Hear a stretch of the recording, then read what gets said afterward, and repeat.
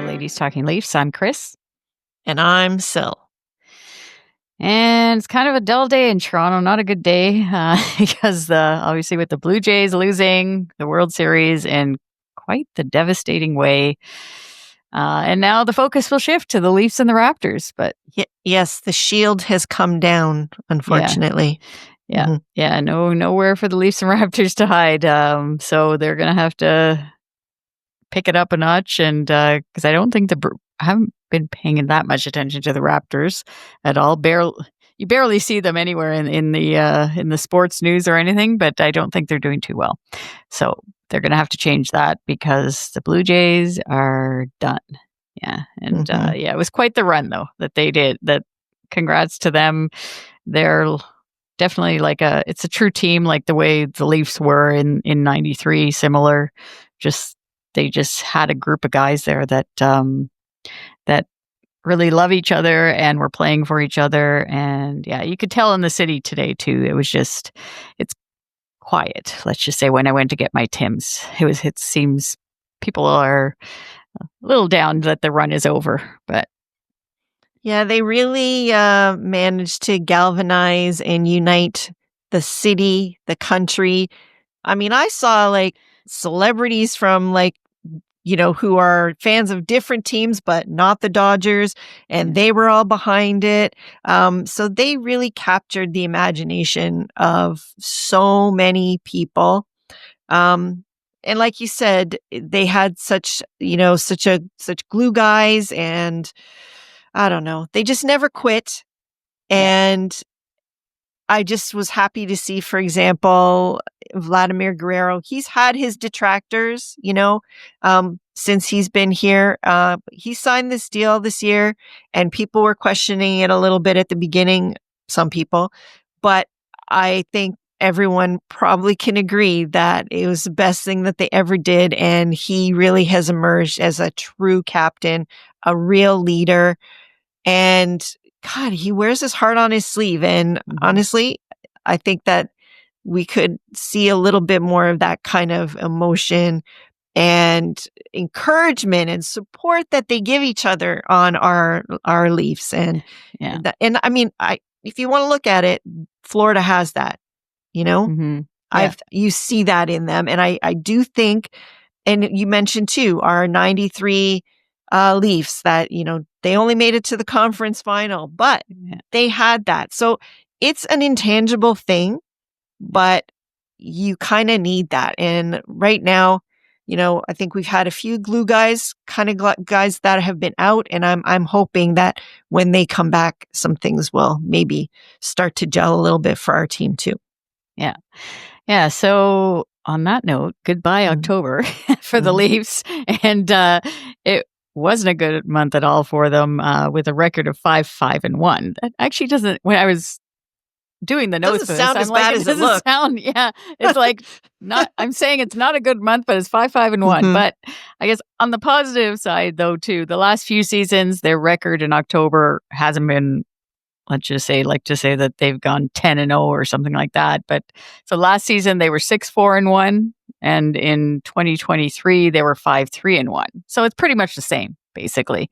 The thing I guess with this past October was that it's just the way, I don't know, it's just their demeanor out there. Sometimes it's just like they're losing to non-playoff teams, first of all. And again, which is the usual thing. And they just, you said it so many times actually in the previous shows that we've had they look slow. Right. And then the worst part of it, especially in the transitions and the breakouts, they're non-existent. They keep getting trapped in their own end. And actually that started to creep in a little bit at the end of last season too, that not being able to get out of their zone, and, have some consistent pressure at the other end. But their team speed is definitely lacking right now. Yeah, and that defense, the worst part of it was that game in Columbus was just brutal. That was a horror show. Yeah. Why is it that we play horrible there, though? It's not the first time. And no, I know. This is not the first year. It's just not a good place for our team for some reason. I don't know why.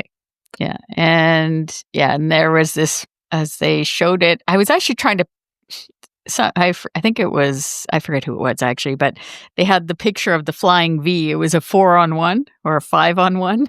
I Mhm. couldn't believe it. And it, I was trying to picture it to say, where is the V? And then I think I saw it at one point, sort of thing, right? But that was just brutal seeing 4-on-1 going in. And I mean, I know Caden Primo wasn't any good that night either, but still, when you give up a 4-on-1, like, come on, like, who's gonna, like, really? I don't know. It just hasn't been good for October. So I don't know. We're gonna, hopefully for November, we're gonna set things straight, and they started to set things straight versus the Flyers last night. So Mhm. we're recording this on the Sunday, so that's yeah, it was a good game on Saturday night versus the Flyers. But we want to remind you, listeners, that we're working on the setup. We're still working on the setup of our new segment, Leave It to the Ladies. It's going to take just a little bit longer, and because we are a 2-woman show, so we want everything, and we want everything to be perfect when we're perfectionists when it comes to that. So we want to get things right the first time, and yeah, so we're now aiming to have it ready for our December 3rd episode. Yes, Leave It to the Ladies is where we want to hear from you, Leafs Nation. Once a month, we're going to choose a comment or two from the messages you leave us, and we're excited to hear your thoughts and questions related to the Leafs. So now it's time to get into the show with our first edition of the Ladies Talkin Leafs highlight reel. And then for a third period segment, we welcome back to the show our Ladies Talkin Leafs insider, Mike Augello, to get his thoughts on what's going on with the Leafs right now. So without any further ado, let's talk Leafs. Okay, so it's the first installment of the Ladies Talking Leafs highlight reel. Woohoo! And yeah, considering October wasn't great, we do have some good highlight reel moments that we're going to go through right now. So let's roll it. Coming in at number 3, Easton Cowboy Cowan. He got his first NHL goal versus the Flyers, taking a beautiful pass from John Tavares and picking the top corner with a beauty shot. Cowan's overall play has been really impressive. When he's out there, the energy he brings is definitely noticeable and well-deserving of making our highlight reel for the very first time. Yeah, the kid has been doing well, and like that shot he had last night, it was quite impressive, and yeah, I just like, it's funny because he got the belt too at the after the game, right? And they showed it on the blueprint moment in after the game versus Philly, and he's just so young. He looks like he's 10 years old, like he's like, Yeah. and but he got the belt, and that was exciting for him. And yeah, I just think that that's the kind, because he is young, right, and just coming into the league. I think the Leafs need a little bit of that in the room. Yeah, youthful enthusiasm, Yeah. for sure. Yeah. And he's got a great hockey IQ. He knows where to be, and he picked that perfect spot to receive that pass and scored that beautiful goal. Yeah. Okay, so coming in at number 2 is Jake McCabe. Not known for his point production, but he has 3 points in the last 5 games. So that's very impressive. And he's a +8 in 12 games and playing big minutes against the top other teams' top lines. So I really step up in that the games versus the Sabres. And obviously that's his old team. So, but he made a difference and made the big hit on Bowen Byram, and then took care of business with Alex Tuch. Not that I'm promoting fighting or anything, but I mean, it was Alex Tuch who was the instigator on that. But when I have a player like this behind me, that's the type of player I like, and the toughness that I like to see. So yeah, I just think he's shown a lot of leadership from those 2 games, and with the injuries on defense, I just think he's really he's. I mean, we knew this from before, anyways, from seasons past, but he's becoming a leader on that defense. Mm-hmm. Yeah. Well, we definitely need that. Like you said, we've had some key injuries there. People in and out. Tanev out. Looks like he's going to be out again for a while. And typically we haven't had much offense coming from our D, but that seems to have we seem to have been able to get a little bit of offensive production from the back end. And of course, he's been part of that. And of course, it's early on still. But we definitely need a leader like him to, really pull the D team together because they've been struggling. So, but he's like definitely a bright spot in the D pairings for sure. It doesn't make our highlight reel very, very often either. No. So it's nice to, I guess, shine a light on a guy like that. Absolutely. Yeah. All right. So coming in at number 1, John Tavares, aka Johnny Toronto, with his 500th goal versus Columbus, which unfortunately he didn't feel he could really celebrate the way he should have been allowed to celebrate it. Yeah. It was really too bad that he had to score it in that game because the team obviously didn't play well at all. But once again, he's been Mr. Consistency through 12 games, and he leads the team in points with 16. So, yeah, what more can you say about him? And even the way he handled that goal, like he just knew that it wasn't appropriate to really celebrate in a horrific loss like that. But I really, really wish that he could have. And I hope that they do something for him on Monday when they're back home, because that's a huge milestone.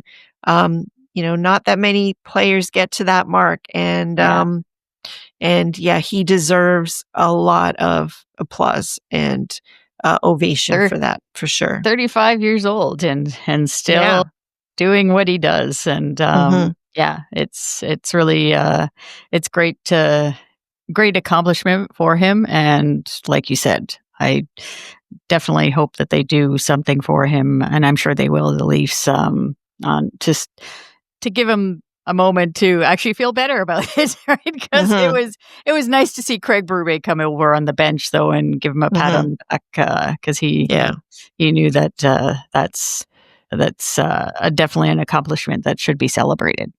But what a consummate pro he is! Like in every step of the word. If you want to, show a picture in the dictionary or something, a professional hockey player, it's him.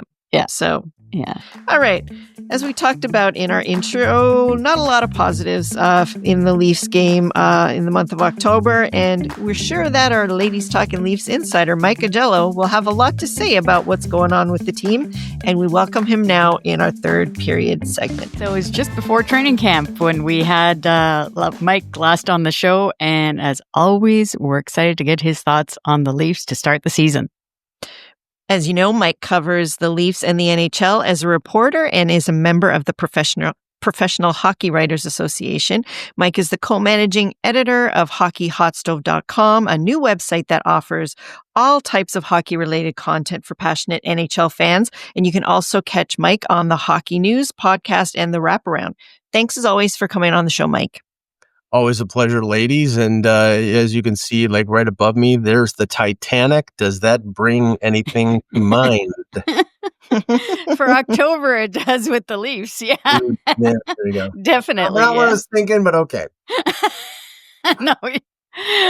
What were you thinking? Nothing. Never mind. Okay. All right. Well, October wasn't good for the Leafs.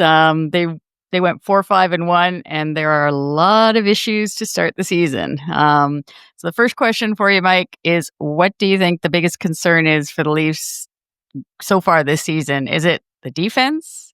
We're going to give you some options here. The defense, Austin Matthews not looking like the 60-goal scorer he was a couple of years ago, or the dismal power play.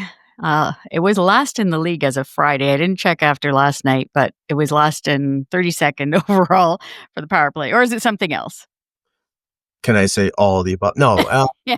No. I figured you would say that. Technically, it is. Yeah. No, I mean, honestly, I will go off the board also to say the goaltending. But if to limit myself to your list, I would say the overall defensive play of the team.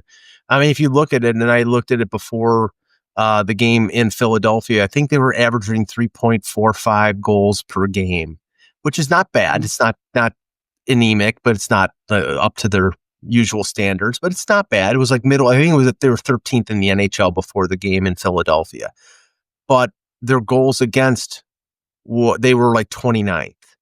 And that's not all on the goaltending, but the goaltending is a contributing factor to that. And I think that, they're not playing as sharp defensively as they were last year. And I think there are a number of factors. So, also, of course, the guy who is in Vegas now, is a really good two-way player and a penalty killer. And that is also a factor in the power play as well. But I think their defense has had some injuries, and Morgan Riley was out for a game or two, and I don't think he was playing at the 100% level. And Tanev was out for 10 days, and I'm sure we'll talk about that in a little bit. So yeah, there are contributing factors to it, but it's strange. It's like when I'm the voice of reason and I'm the one who's calm, something's wrong, because I'm like, would you,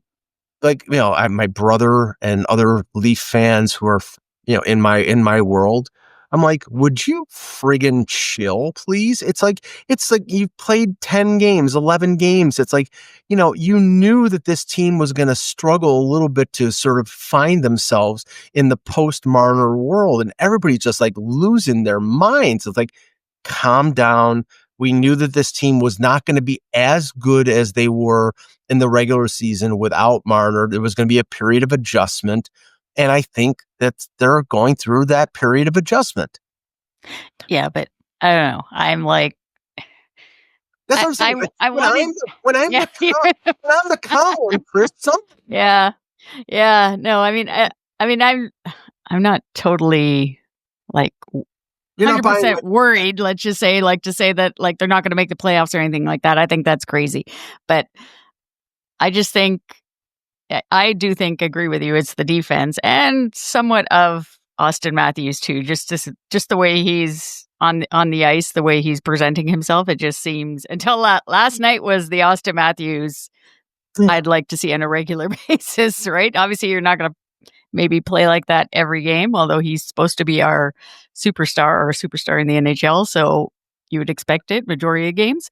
But yeah, so it's basically the team defense and Austin Matthews that I've been worried about. And with the defense, like you were like, I don't know, now that you were mentioning how Chris Tanev, he's obviously going to be out for some time now after he flew home today. Actually, we're recording this on Sunday. So he flew home today. They kept him in Philadelphia overnight just for precaution. So that's good. But I don't know, when they brought in, the Mermis, I think it was Dakota Mermis, that was just brutal. There's Myers too, right? I don't know. I just haven't been impressed with the depth there to be replacement for Tanev. I can understand the reason why they went to Mermis based on his real small window last year when he came in for a few games and played decently. So, okay, fine. But he was horrendous in Buffalo in that game. Him and Myers were on the bottom pairing. Buffalo took advantage of that pairing. Myers was -3 in that game. Mermis was directly responsible for two of the goals. He didn't play in the following game, and he was quickly sent back to the Marlies and hopefully, sent to Pluto after that, because he doesn't, what I don't understand, and I raised this, it's like, you have a guy who played, I think, 60 games in the NHL last year, who had a pretty decent training camp in Henry Thrun. Why wasn't he recalled? Why wouldn't you recall William Villeneuve, who had a really good year in the American Hockey League and looked pretty decent in training camp? There were options there. Why call up Mermis? If it's a one game thing, the guy who played 60 games in San Jose last year would make a little bit of sense. But no, they went with Mermis, and they paid for it with a loss in a place where they usually lose, Buffalo. Yeah. So do you think, I guess, moving forward, hopefully, Tanev is going to be out, definitely. For a little while, he may have came back too early, let's just say. But he was hit from behind and wasn't expecting that from, I think it was Michkov.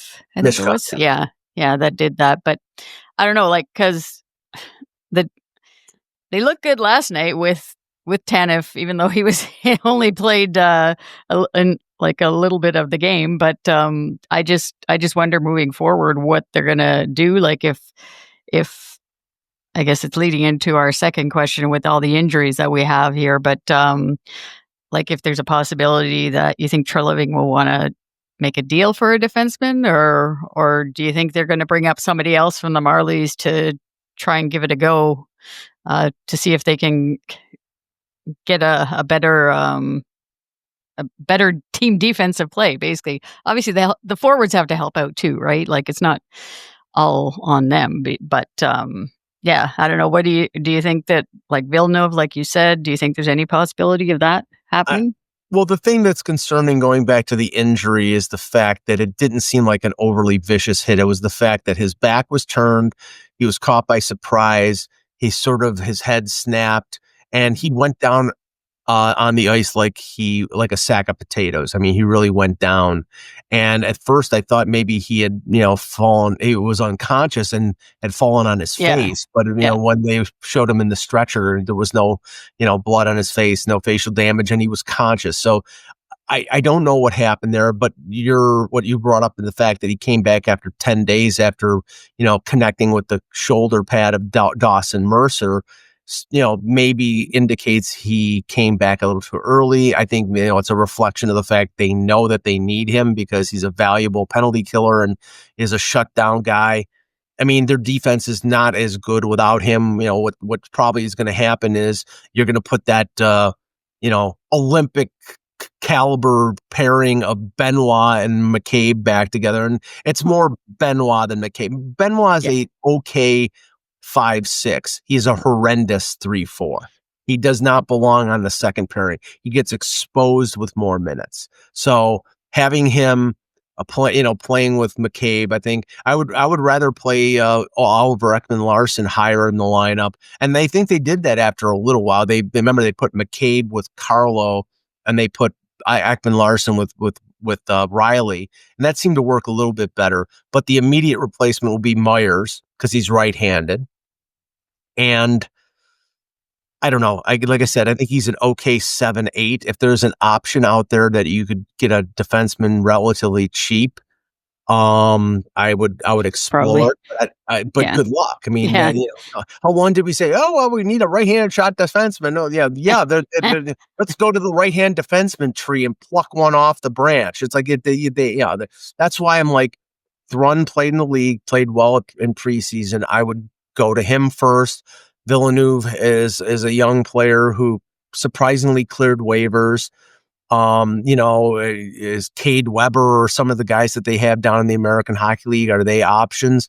I mean, would you go to the extent of like calling up Ben Danford from the no, I don't think so. Yeah. But I think there are answers that they can explore internally before they go down the trade route. Maybe somebody goes on waivers. I know somebody was suggesting, Kyle Burrows was placed on waivers yesterday. I don't know if he got claimed or not, but that would seem to be a little bit desperate. But there's got to be answers inside the organization in the short term. All right. So wait, one more question. Yes, okay. with Carlo, Carlo, because you mentioned Brendan Carlo. Don't you find that, he was a tougher defenseman with the Bruins. Like he had meanness in him, especially when he played against the Leafs. Like why? I don't know. I just find that when players come here, it's almost like they become not somewhat soft, let's just say, right? Like he's a big guy. I just don't understand why the change. It's like he's changed he's not as tough, in my opinion, like in front of the net, or I guess like he used to do like a little bit of chirping. But is it just because that's the Bruins team persona and then he comes here and he just changes? Or I think that's part of it. I mean, if you look at his penalty minutes, when the Bruins, it was like 31, 38, 42, 24. He wasn't like racking up like 90, 95 penalty minutes. So, he's a big body. He pushes players away from the front of the net. If you can do that without taking stupid penalties, so much the better. Maybe he's been told by Berube, our penalty killing hasn't been very good lately. So, don't take any cheap shit. But, when somebody is draped all over Anthony Stolarz, you want him to feed him some coho. It's Right. like, Yeah. but I mean, yeah, I don't he's know. 6'5". It's what it is. It's the old, well, the guy is 6'5", so he should be running guys through the board. Some players who are 6'5" do not play a physical game, and there are some guys who are 5'11", like the jersey that you're wearing that you're showing Yes. behind you, who would go through like 7 guys to get to the guy he wants to kill. Right. And Yeah. they don't right. grow Wendell Clark's on threes, unfortunately. No. All right. Okay, well, let's move on to some positive news now for the Leafs with players coming back from injuries. So Nylander, he's kind of been in and out of the lineup, but he's probably like day to day. He's been just trying it out. And I mean, the days that he has played, he's played pretty well. Scott Lawton is supposed to be back soon, so that's a good sign. And Steven Lorentz, we think he's not going to be out for very long. So once all these players come back, like, what do you think's going to happen? Because there's going to be a lot of extra bodies around. Robertson has been showing up lately on the ice for the Leafs. And of course, we also heard that Kampf is pondering his future. So does a move have to be made to clear some space? I'm pondering David Kampf's future, and it does not belong in Toronto. I think he realizes that too.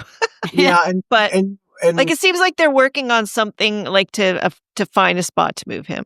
Well, I mean, the funny thing is the problem with Kampf is the term, is the fact that he's got 2 more years. If he was a rental, if he had 1 more year, I think they would have traded him already.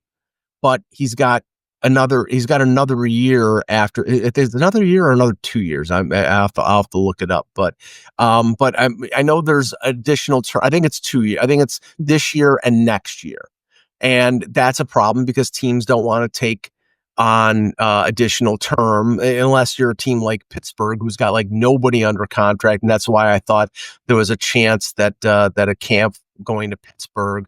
Yeah, he's got another year, just another year after this year. Yeah. So that's the contributing factor here. Now, Elliot Friedman floated the possibility, and I don't think it's out of the realm, if they can't get a deal done, that they terminate the contract, that he agrees to have the contract terminated, because he probably realizes that he'd have an opportunity to play in the NHL if he was on a 1-year contract rather than stay in the minors for 2 years. Because face it, if he's in the minors for this year or next year, he's never playing in the NHL again. Yeah, no, he's got to done get then. back in the NHL.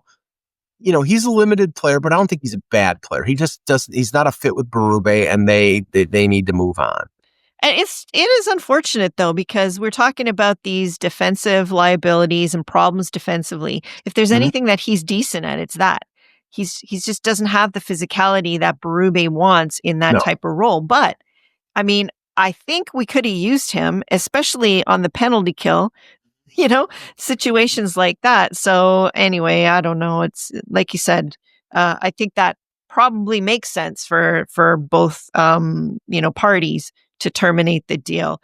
But what do you think about, Robertson? Also, he's been kind of mentioned a lot in trade speculation, but is there a chance that, if he's kind of growing a little bit, that developing a little bit and showing a little more consistency, because he did score this time and he didn't have to be scratched beforehand to do that. So is that him turning the corner? Like, I can't remember who it was, but there was some guy, some very sage, very astute hockey observer who said, Nick Robertson, he scored 14 goals 1 year, 15 goals another year in limited minutes.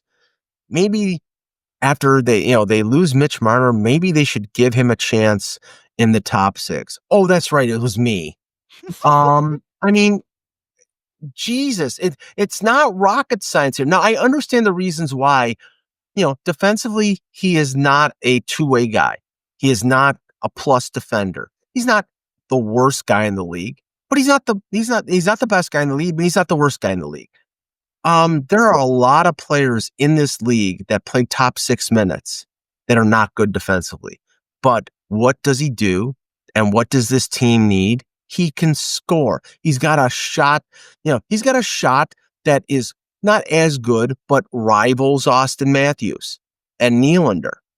It's just, he's never been, how do you have success when you're playing third, fourth line, when you're playing with David Kampf or Max Domi on the third or fourth line and you're playing 11 or 12 minutes? You put him on a line with Nyes and Matthews and you get a game like you got in Philadelphia.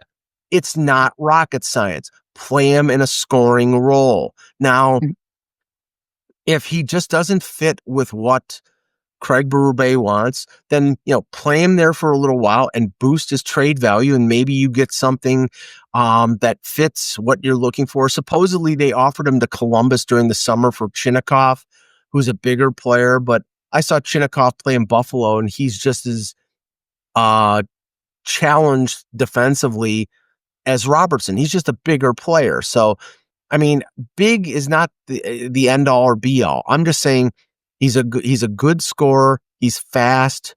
He's talented. He's 24 years old. You don't throw him. I think I used the example to both of you when we met up last. Steve Sullivan. Mm-hmm. When they got rid of Steve Sullivan during the Pat Quinn era, so they could add Dmitry Kristich. How did that one work out, folks? And then Steve Sullivan went on and scored 30 goals with Chicago. It's like, sometimes the player that is closest to you sometimes is the best option. So then I've got to ask the question then, is some of the coaching philosophy a bit of the problem, like limiting things for this team? Are they trying to put some square pegs in these round holes or vice versa? Is it a little bit too limiting for this club, this style that they're trying to play? All coaches have styles and all coaches have tendencies. And I get that, Berube likes bigger players, likes more physical players. And I think this team has needed bigger physical players. They have bigger players. I don't know how physical they are. Like Dakota Joshua is a big player and every once in a while shows some edge, and Wah is a big player, but he's not very physical. He's just sort of positionally sound. Max Domi will fly off the handle every once in a while and do something stupid. And Steven Lorenz, I think he's a disciplined player. That's one of the reasons people like them bringing in a guy like Sammy Blais, because Sammy Blais plays with that sort of physical edge and has played well in a couple games. But, you have to be able to make exceptions to the rule when, you have a gaping hole in your lineup based on injury or based on the absence of a player who left the team, and give a player who's got a lot of talent a chance. If it doesn't work out, it doesn't work out. But they have never, in all the time that they have had Nick Robertson through Sheldon Keefe and through Craig Berube, have given this guy more than half a game of a chance at a top line. And a couple times that he did, I remember that overtime goal he scored playing with Matthews. I can't remember who it was against, but in the few times that they played him in that kind of role, he has thrived. So let him try it for a few more games and see what the hell happens. Yeah. I guess too, though, I was actually thinking, because you have these two players, both Robertson and Kampf, why would there not be any interest to have a package deal, right? You have the one defensive forward and a nice young promising forward that's just needs more opportunity. Basically, he needs more of a chance to play in those top six, basically on another team. But is that just not interesting in the NHL, to other general managers, or no? Because opposing general managers can smell that sort of that move coming around. It's like garbage. Too easy. Yeah. No, okay. It's like if it was a top end prospect who was not in the NHL, wouldn't count against your cap, and you were offering that guy up to dump David Kampf's salary, then maybe there would be takers. But you're talking about another player's making less than $2 million, who obviously other teams in the NHL know, well, the Leafs don't value him because we're going to get him for pennies on the dollar. If they don't value him, we're going to pretend that we don't value him. I mean, you should value him. You should value him more, and you should give him more of an opportunity. And the fact that you haven't, I think, is sort of a blind spot in your organization. Right. All right. Well, going to move on now to someone you had talked about on the show that you were excited to see, and that's what he does in the lineup. That's Matias Maccelli. And he started the season on the top line with Matthews and Nyes for a couple of games. Majority of the time, he's either been on the right side or left side of John Tavares, and he has 2 goals, 2 assists in 11 games as of Friday. But what do you think of his play so far? Do you like him on that? Well, last night, actually, he was with Dakota Joshua, I think, and Nicholas Waugh. He puts down on the third line. So it's kind of like he's bouncing around everywhere. But do you like what he's done so far? And, do you think he should be more, playing with Tavares and Nylander or Tavares and Nyes? What? Because I don't know. I think he's had some bad luck, let's just say, around the net, too. There was a couple of chances where it was, that he's had that me and Sil were saying, oh, my God, how'd he miss that? But I don't know. What do you think of him so far? Well, the bouncing around is reminiscent of what I heard about him before he was traded from Utah. It's like he was on the first line, he was on the second line, he was on the third line, he was on the fourth line. He couldn't find a home. It's like, and now maybe this is a shortcoming of Berube, but Berube has put his lines in a mix master, and he's had to sort of, because of injury, but even when injury wasn't a factor, he has just shaken things up because he didn't like the way the team has been playing. And now I think he's been okay, but I think they expected him to be better than okay. I think he's a better fit on the left side than the right side. He's a natural left winger because he's a left shot, but he's played right side, with Nyes and Matthews. I didn't think that worked out at all. I mean, that's not the fit. I think the fit, if he's playing well, is on the left side with Tavares and Nylander. But if they're putting Nyes with Tavares and Matthews and Nylander together, then him playing the right side makes no sense. And that's why then he's on the third line, and he's playing on his off wing on the third line. It's you've got to have him play the left side. And I think, he's a better fit as a top 6. But, if Robertson is playing better and he's playing in a scoring role in the top 6, and you've got another young player that we're going to talk about in a little bit, playing higher up in the lineup, then he's sort of in that same position that he was with Utah last year. And that's sort of a man without a position, or a man without a permanent place. Yeah, I don't know. That's the other, I guess, because of the injuries, that's the issue, I guess, with Berube just having the mix master basically in juggling all the lines all the time. There just doesn't seem to be any chemistry forming anywhere. And I just there's no cohesion. Yeah. So there's no cohesion. And I don't know. It's almost like, now the way you're framing it too, it's almost like a choice between Roberts and Maccelli, basically, right? Because they're both young, right? And they're both basically the same in size, they're smaller players. And they both, I guess the one is more of a playmaker where the other one's a shooter, right? But it's really which one of them do we want? Which one do we want, basically? And I don't know. One of them has to go, I think, again. There has to be some sort of deal for what one of these players, or in order to fit in the lineup. I don't know. There's too many players now. I found it very humorous, and I think the quote was attributed to David Pagnotta of the fourth period. And I like David, and he's got a lot of good sources, and he reported something to the effect of, well, the Leafs have 56 bottom 6 forwards, and they're really looking for, somebody who fits into the top 6. Oh, okay, let's just go out in the orchard and pick a top 6 forward off the tree. It's it's not that easy. And it's teams are not giving up top 6 forwards on November the 2nd. they'll maybe in late November around American Thanksgiving when teams are started to feel out the process of, okay, we're in the mix for a playoff spot, or we're in the Gavin McKenna sweepstakes, and things will start to loosen up.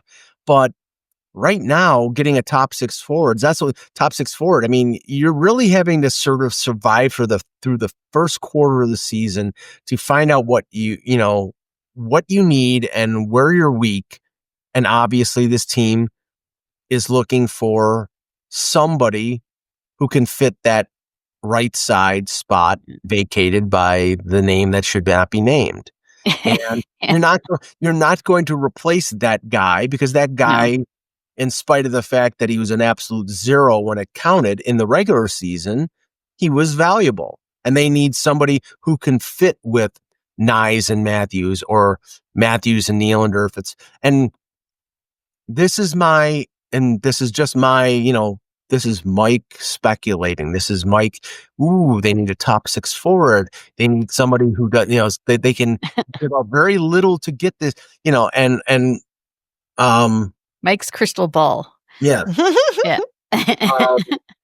A certain player who had been on the radar for the Leafs, I would say 9 years ago, who they struck out in free agency and decided to stay with his particular team. And he won a couple Stanley Cups with that team. And he has made Olympic teams, and he is probably on his way to the Hall of Fame. He's in a situation right now which is untenable to said player. And he's got term on his contract. I believe he's got 2 more years at $8 million a year. And this person also is a power play specialist, I think, right? And this person is also a power play specialist. Mm-hmm. Now, at the $8 million clip, no one is taking him off of the Nashville Predators' hands. But at $6 million or at $5.5 million, you may have some suitors for one Steven Stamkos. And I think that might make some sense. Now, he's got a no move clause. And if he doesn't want to come to Toronto, he didn't like Canadian Tire, so he decided not to come to Toronto, and he decided to stay in Tampa, and I understood that completely. But if he wants to get out of that Nashville, and I'm not saying this because Nashville is a very nice city, but if he wants to get out of that Nashville Predator hellhole right now that's not working out for him, he may have to think outside the box and accept a trade to some place that maybe in a perfect world he doesn't want to play. He's not a center anymore. He can't play center. He's not the Steven Stamkos of 60 goals or the guy who won Stanley Cups. But are you telling me that he couldn't play with Tavares or he couldn't play with Matthews? I think he could. So that's something. I'm not guaranteeing that that's the case. I have nothing, no proof that they've even talked. But here's my theory. Okay, take with it and do with it as you will. We will file that away for later and see what happens. Yeah. Mm-hmm. All right. So another player that we've talked about earlier on in the season is Easton Cowan, and now he has scored his first goal as a Leaf.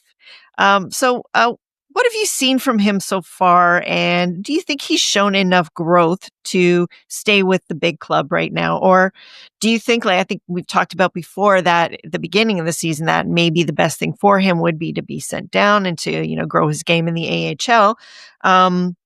But we all agree, I think, that it's no good for him to sit in the press box and watch. So, so what do you think should happen for him? And do you think he's shown enough to kind of stay with the big club? Well, I mean, you definitely can see the reasons why, everybody was excited about him as a player, because, now the thing is, he's at 9 games right now, and maybe that doesn't matter at all. But first year of your ELC you burn the first year after 9 games. So if they're going to make a decision on him, if all of a sudden William Nylander comes back on Tuesday and Lorenz is back, and you've got and Lawton is back, and then you're going to have to healthy scratch him, then you may as well send him down to the Marlies and let him play, because he needs playing time. I mean, the only shortcoming I see in his game right now is defensively, but that's understandable because he's a 20-year-old rookie. but you can see the makings of a really good player there. He's got that, he knew to go to the net. He knew where to be when Tavares fed him the pass on his first goal. I think his instincts are good. I think he's somebody who goes after the puck. He wins battles. He controls the puck. He has good vision and good hockey IQ. He's just inexperienced. And that's something that I think, 20, 25 games in the American Hockey League could really benefit him.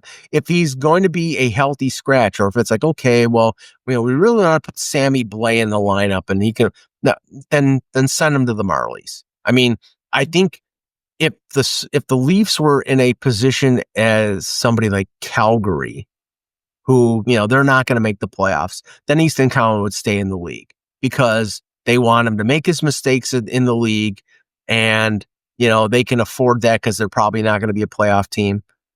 But Toronto is going to be a playoff team, and he does make mistakes that can cost them games. So I would say he's good enough to stay in the NHL, but I think for the long-term future and for the short term, it makes sense to send him to the Marlies. I'm convinced. You're, that makes a lot of sense to me. I mean, I love watching him, though. Yeah, he's a spark plug out there. And like you said, he's got this great vision and IQ. Like, I can see, like, he's in the right spot most of the time. And, he's defensively, he's maybe made a few mistakes. But you know what? Some of the more veteran guys have made bigger ones than him. So, he's a better defensive player than Max Domi is. For sure. He's better than Max Domi. Mm-hmm. But anyways, he also makes a lot less and does not need to clear waivers. So there is that as well. So anyway, Mike, thanks again for being our guest today. Your insights are incredible as always. Hockey fans, be sure to check out hockeyhotstove.com to keep up to date on the Leafs with Mike's reports. And the website has a podcast section, and you can hear more of Mike's views on Off the Post podcast. And of course, Ladies Talkin Leafs is there as well. If you don't follow Mike on X, make sure you do. He's at Mike in Buffalo as his handle, and on the Hockey Hot Stove at Hockey H Stove. Thanks again for coming on the show, Mike. Always a pleasure. Thank you, ladies. Thanks, Mike. Thanks again to Mike for coming on the show. He had, as we thought, he had a lot to say about the team just whatever. It's, mind you, he's been positive. That's the interesting thing about it, right? Mm-hmm. Like he's not like, well, me anyways, sort of thing. I'm starting to worry a little bit about it, right? But he said that he's been feeling very calm. Yeah. And he's not being like overly concerned. Yeah. And it's good, like he backed it up. Like there are things that definitely, I mean, with all the injuries and just not having the team together a lot, and the unnamed person that we will continue to unname, not like there's going to be the period of adjustment, and it's not going to take a month to figure that out, basically. And even though as fans, we all wanted it figured out right away. But yeah, and then just his comments about like with Nick Robertson and David Kampf, I just thought that maybe like that would be like a good package deal, sort of to have, to get some interest in other teams. But I guess like we talked about, that's just too easy. And well, and like he said, and this is what my thinking of it as well, is like when you are showing that you do not trust the player, speaking of Nick Robertson, by keeping him in the lineup every night, that's saying something to the rest of the league. Right. Because who knows their players better than their own organization? So they're not going to, give up their hard-earned dollars to take on somebody that they may see is kind of a bit of a project, Right. Yeah. So yeah, that's basically the perception they're putting out there, that he's not consistent enough to be in the lineup every night. And we talked about too in that segment with him about how some of that is on the coaching staff and, management for not putting him in the best position to succeed. And by, the style that they're playing and being maybe too tight to that, like not not having a little bit more flexibility that, would probably make it easier for a guy like him to fit into the lineup day in, day out, right? So, Yeah. I don't know. Yeah, well, with Nylander out, I don't know how long he's going to be out anyways, right? Like Mike was saying, like he can be in that top right-hand slot, basically beside Matthews and Nyes. And yeah, Robertson had a really good game last night in Philadelphia. So let's just have to hope that continues, and we'll see where it goes. Yeah. Now we're just going to look ahead at the upcoming Leafs schedule for the next couple of weeks. And once again, a lot of home games. So they got to they got to take advantage of this, with 6 of 8 games being played at Scotiabank Arena. They start off the week playing Pittsburgh on Monday night. Be interesting to see if Kyle Dubas ever talks to media here, but and then he still hasn't. It's been, by the time this show is out, we will know. We will know, yeah. And then they face the Utah Mammoths, who are 8-2-1 in their last 10 games. So they're on Wednesday night. We face them, and then a rare back-to-back at home on the weekend, facing the Boston Bruins on Saturday night, and then Freddie Anderson, and the Carolina Hurricanes come to town on Sunday night. Well, at least they don't have to go sleep someplace else for the next night. They can stay in their own beds, which is kind of nice. So anyway, the following week then, after that, the Leafs are going to hit the road for one game to face the Bruins in Boston this time. Then they come back home to play the LA Kings on Thursday night, and then hit the road again for a Saturday night tilt in Chicago to face the Blackhawks. So a little bit of ping pong home and away there. And then they're going to be back home again to play the St. Louis Blues on November 18th.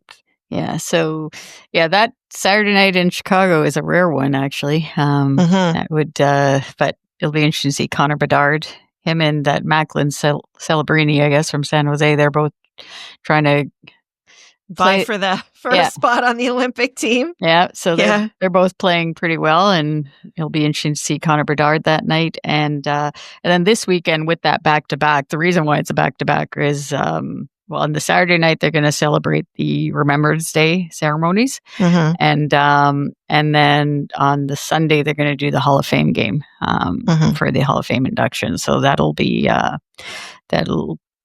good couple of games there. And hopefully after this next group of games by mid-November, we will be talking about this Leafs team getting healthy and getting some good team chemistry going, because if they don't, then it's definitely time to worry for me anyways. I'm thinking, and probably for Leafs Nation too. But for now, please hit that follow button on Apple, Spotify, or wherever you're listening to our podcast, and we'll have you up to date on the Leafs throughout the season. If you're watching on YouTube, hit that subscribe button, and you can also find us on the Believe Network at Believe.com. It's BLEAV.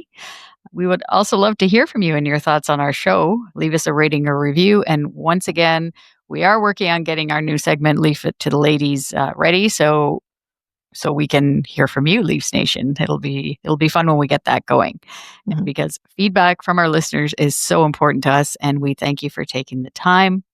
And one final reminder for listeners on Spotify, we have a poll question. Yes. Are you sure this is your final reminder?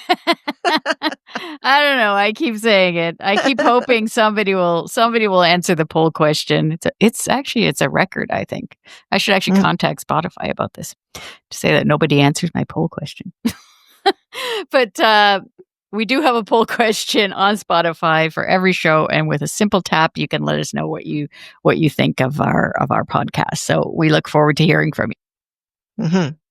And another way to help us out is by visiting our Ko-fi page at Ko-fi.com. You can follow us there, and if you choose to, you can support us by buying us a coffee.